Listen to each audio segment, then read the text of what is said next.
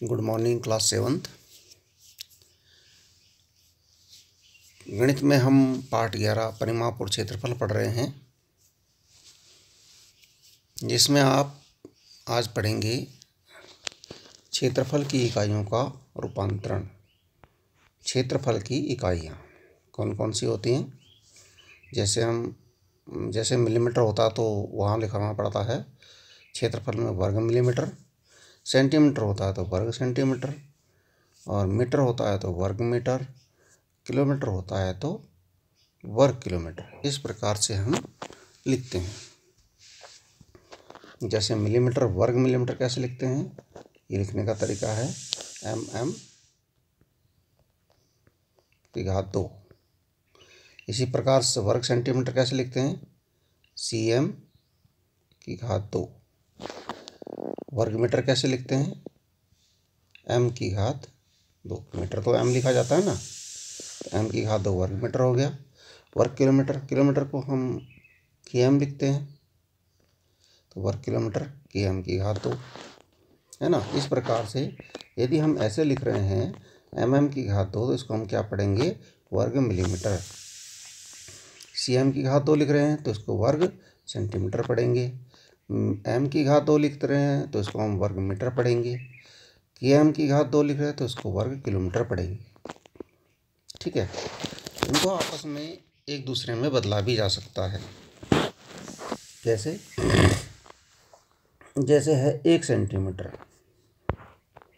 जैसे 1 सेंटीमीटर में 10 मिलीमीटर होते हैं, ये हम पहले से हमें पता है कि 1 सेंटीमीटर में 10 मिलीमीटर होते हैं।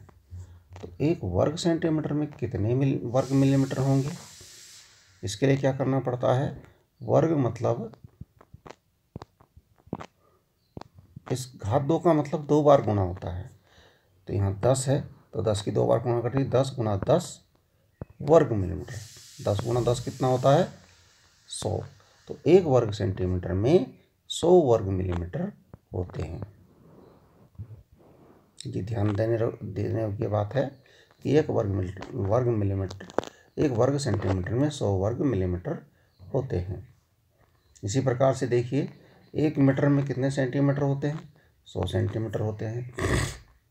अगर आपसे पूछा जाए कि 1 वर्ग मीटर में कितने वर्ग सेंटीमीटर होते हैं, तो 2 बार गुणा करनी पड़ेगी 100 की। 100 गुणा 100 है ना। तो 1 वर्ग मीटर में 100 गुणा 100 वर्ग सेंटीमीटर होते हैं। ये कहने का अर्थ है 100 गुणा 100 का मतलब क्या हुआ, स्मार्ट तरीके से यदि हम गुणा करेंगे इसकी, तो स्मार्ट तरीके से गुणा करनी है। स्मार्ट तरीके से गुणा यानी 1 2 3 4 जीरो लगाई, 4 जीरो लगाई और 1 एकम 1, तो हो गया सीधे 10,000 वर्ग सेंटीमीटर। यानी 1 वर्ग मीटर में 10,000 वर्ग सेंटीमीटर होते हैं।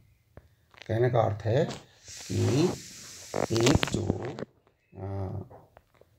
सेंटीमीटर है वो छोटी इकाई है, 1 वर्ग सेंटीमीटर छोटी इकाई है, और 1 वर्ग मीटर बड़ी इकाई है।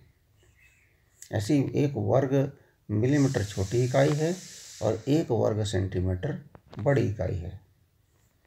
ऐसे 1 वर्ग सेंटीमीटर छोटी इकाई है, वर्ग सेंटीमीटर छोटी इकाई है और वर्ग मीटर बड़ी इकाई है।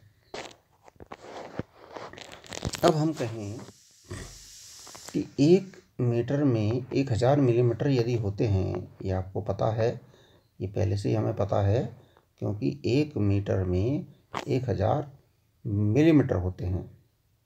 तो 1 वर्ग मीटर में कितने वर्ग मिलीमीटर होंगे भाई, तो 2 बार गुणा होगी। यहाँ 1000 है तो 1000 की 2 बार गुणा कर दीजिए। 1000 की 2 बार गुणा आपको करनी पड़ेगी, इतना वर्ग मिलीमीटर होगा। ये गुणा भी इसी स्मार्ट तरीके से आप करेंगे।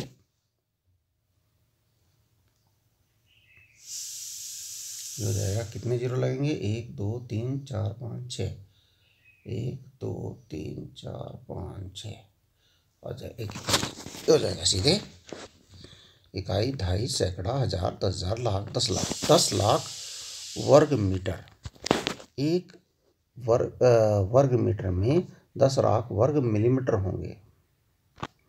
एक वर्ग मीटर में 10 लाख वर्ग मिलीमीटर होंगे।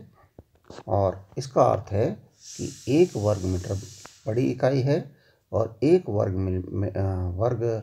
मिलीमीटर छोटी इकाई है, क्योंकि 10 लाख वर्ग मिलीमीटर मिला करके तब एक वर्ग मीटर बनता है। ठीक है ना। अच्छा, अब बारी आई किलोमीटर की। एक किलोमीटर में कितने मीटर होते हैं? एक किलोमीटर में होते हैं 1000 मीटर। ये हमें पहले से पता है कि एक किलोमीटर में 1000 मीटर होते हैं। तो एक वर्ग किलोमीटर में कितने वर्ग मीटर होंगे? क्या करेंगे, क्योंकि 1000 है तो 1000 की 2 बार गुणा करनी पड़ेगी, बिल्कुल पहले की तरह। अब गुणा करेंगे तो यहाँ पर देखिए स्मार्ट तरीके से, एक 2 3 4 5 6 जीरो हैं तो 6 जीरो लगी और 1 लिखा, एक कम 1, यानी एक वर्ग किलोमीटर में 1 लाख वर्ग मीटर होते हैं। अब तो आपको ये पता होना चाहिए कि एक वर्ग किलोमीटर जो है एक वर्ग मीटर से बड़ी इकाई है, क्योंकि एक वर्ग किलोमीटर 1 लाख वर्ग मीटर को मिला करके बनता है। ठीक है। तो यहाँ देख रहे होंगे सबसे बड़ी इकाई हमारे पास मिली हमें एक वर्ग किलोमीटर। अब एक वर्ग किलोमीटर जो है एक वर्ग मीटर से बड़ा है, और एक वर्ग मीटर एक वर्ग मिलीमीटर से बड़ा है, और एक वर्ग मीटर एक वर्ग सेंटीमीटर से भी बड़ा है, क्योंकि एक वर्ग मीटर 10,000 वर्ग सेंटीमीटर मिला करके बनता है ना। और एक वर्ग सेंटीमीटर एक वर्ग मिलीमीटर से भी बड़ा है। ठीक है। तो कहने का अर्थ है एक वर्ग मिलीमीटर हमारे पास सबसे छोटी इकाई है इस समय, और एक वर्ग किलोमीटर हमारे पास सबसे बड़ी इकाई हमारे पास दिखाई दे रही है। अच्छा, एक और होता है क्षेत्रफल नापने का। किसी भूखंड यानी भूमि के टुकड़े का जो क्षेत्रफल होता है उसको हेक्टेयर में नापा जाता है। हेक्टेयर, इसको हम HA से भी प्रदर्शित करते हैं, हेक्टेयर। अब एक हेक्टेयर क्या होता है? एक हेक्टेयर होता है 100 × 100 वर्ग मीटर के बराबर। एक हेक्टेयर कितना होता है? 100 × 100 वर्ग मीटर। यानी कि यदि कोई 100 मीटर लंबा और 100 मीटर चौड़ा, यानी कि कोई वर्गाकार भूखंड है जिसकी भुजा 100 मीटर है, ये भी 100, ये भी 100, और ये भी 100, और ये भी 100, इसकी 100 उसका जो क्षेत्रफल होगा एक हेक्टेयर के बराबर होगा। तो एक हेक्टेयर बराबर 100 × 100 वर्ग मीटर, यानी कि 10,000 वर्ग मीटर के बराबर होता है। तो एक हेक्टेयर भी बड़ी इकाई होती है, 10,000 वर्ग मीटर के बराबर होती है। मतलब एक वर्ग मीटर से बड़ी इकाई होती है एक हेक्टेयर। ठीक है, आगे बढ़ते हैं। अब देखिए यहाँ पर कुछ प्रश्न हैं कि 50 वर्ग सेंटीमीटर को वर्ग मिलीमीटर में बदलिए।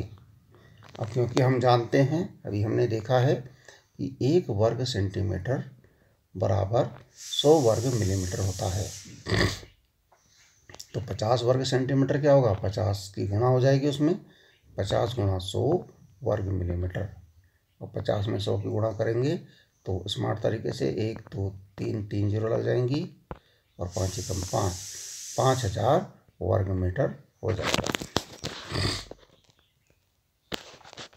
ठीक है। इसी प्रकार 100 वर्ग मीटर को वर्ग सेंटीमीटर में बदलिए। 100 वर्ग मीटर को वर्ग सेंटीमीटर में बदलिए। अब हमें पता है, क्योंकि हमने इससे पहले अभी पीछे किया है, कि एक वर्ग मीटर में 10,000 वर्ग सेंटीमीटर होते हैं। एक वर्ग मीटर में 10,000 वर्ग सेंटीमीटर होते हैं।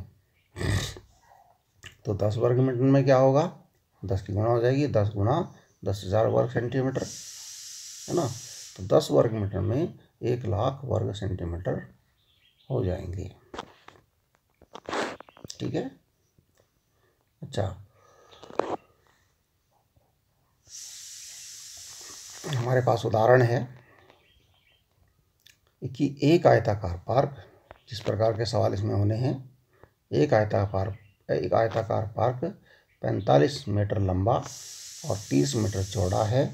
पार्क के बाहर चारों ओर एक 2.5 मीटर चौड़ा पथ बनाया गया है। पथ का क्षेत्रफल ज्ञात कीजिए। कुछ इस प्रकार के सवाल यहाँ पर अब आपके सम्मुख आएंगे प्रश्नावली में। यहाँ पर एक आयताकार पार्क है, उसमें उसके साथ में एक रास्ता भी है बाहर चारों ओर, और क्या है, रास्ते की चौड़ाई 2.5 मीटर है, और जो आयताकार पार्क है वो 45 मीटर लंबा और 30 मीटर चौड़ा है। ये आपके सम्मुख चित्र हमने बनाया है, ये देख लीजिए।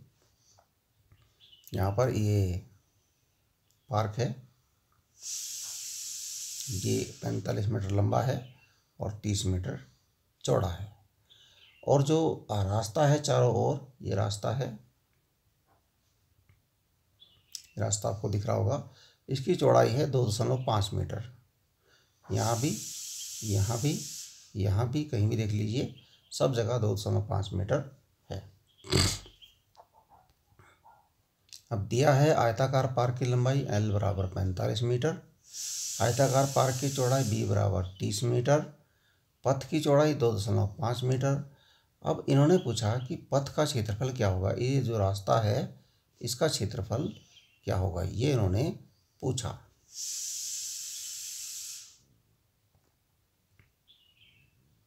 इतने रास्ते का इन्होंने क्षेत्रफल पूछा है।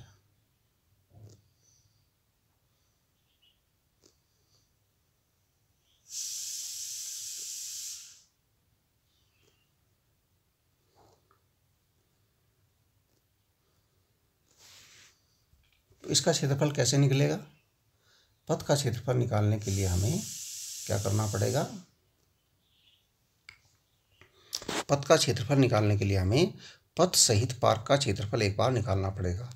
पथ के साथ, रास्ते सहित पार्क का क्षेत्रफल, उसमें से हम ये जो पथ है इसको यहाँ से घटा देंगे भैया। तो एक बार तो हम ऐसे क्षेत्रफल निकालेंगे, कैसे? एक बार हम इस प्रकार से क्षेत्रफल निकालेंगे, इस प्रकार से पूरा निकाल देंगे इतना। इसके साथ पूरे का क्षेत्रफल एक बार में हम निकालेंगे। अब पूरा तो 45 है, और 45 है तो 45 और इधर से जो दोनों तरफ से क्या क्या जुड़ जाएगा। वैसे तो 45 था, वो ये 45 था,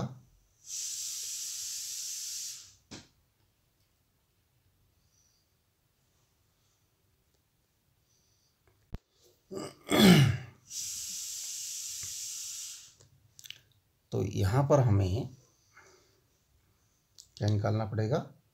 पहले रास्ते सहित क्षेत्रफल निकलेगा, 45 ये हो जाएगा, और 2.5 इधर और 2.5 इधर, ये जुड़ जाएगा। अब जब रास्ते सहित लंबाई होगी हमारी, ये 2.5 ये, 2.5 ये और 45 ये, ऐसे ही रास्ते सहित जो चौड़ाई हो जाएगी, चौड़ाई क्या होगी? ये 30 है तो 2.5 तो इधर आ जाएगा, और 2.5 इधर, दोनों तरफ 2.5 जुड़ जाएगा। ठीक है, तो ये लंबाई चौड़ाई हो जाएगी। इस प्रकार का एक आयत बनेगा जिसकी लंबाई चौड़ाई में 2.5 और 2.5 दो बार जुड़ेगा। अच्छा, फिर हम उसके बाद पार्क का क्षेत्रफल निकालेंगे। पार्क हमारे पास है, जो अंदर अंदर है उसको निकाल देंगे। जब उसको निकाल देंगे तो हमारे पास केवल रास्ता ही बचेगा। ठीक है ना? तो इस प्रकार से करेंगे। यहाँ देखेंगे पार्क का क्षेत्रफल क्या है। पहले आयत का क्षेत्रफल, क्योंकि आयताकार है पार्क, लंबाई गुणा चौड़ाई, इनके 45 गुणा 30, ये हम गुणा करेंगे, यहाँ लिखेंगे। ये पार्क का हो गया। अब रास्ते सहित पार्क की लंबाई क्या है? 45 गुणा 2.5 गुणा 2.5, ये मैंने अभी आपको बताया था। 2.5 को हम 2.5 भी बोलते हैं। 2.5 और 2.5 को जोड़ लीजिए,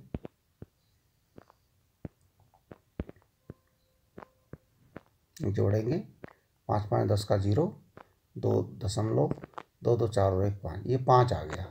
यानी पार जो अब जुड़ेगा इसमें वो 5 जुड़ेगा, क्योंकि वैसे हम 2.5 को 2.5 भी बोलते हैं। 2.5 और 2.5 5 होते हैं, ठीक है ना।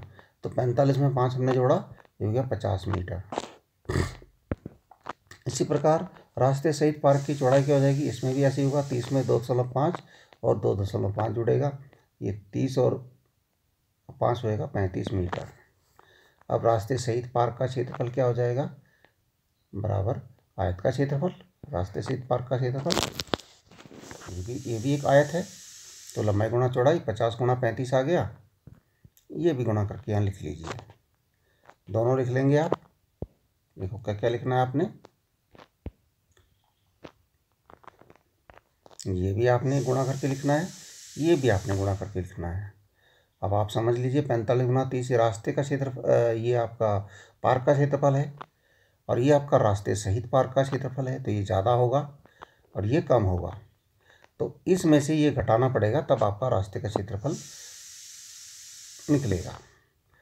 पथ का क्षेत्रफल बराबर पथ सहित पार्क का क्षेत्रफल, यानी जो यहाँ पर आएगा वो यहाँ लिखा जाएगा, और पार्क का क्षेत्रफल जो पहले वाला आएगा वो यहाँ लिखा जाएगा। घटाएंगे वो आपका आंसर आ जाएगा उतने वर्ग मीटर। इस प्रकार आपको ये सवाल करना पड़ेगा, ठीक है। धन्यवाद, इतना काम आप कीजिए।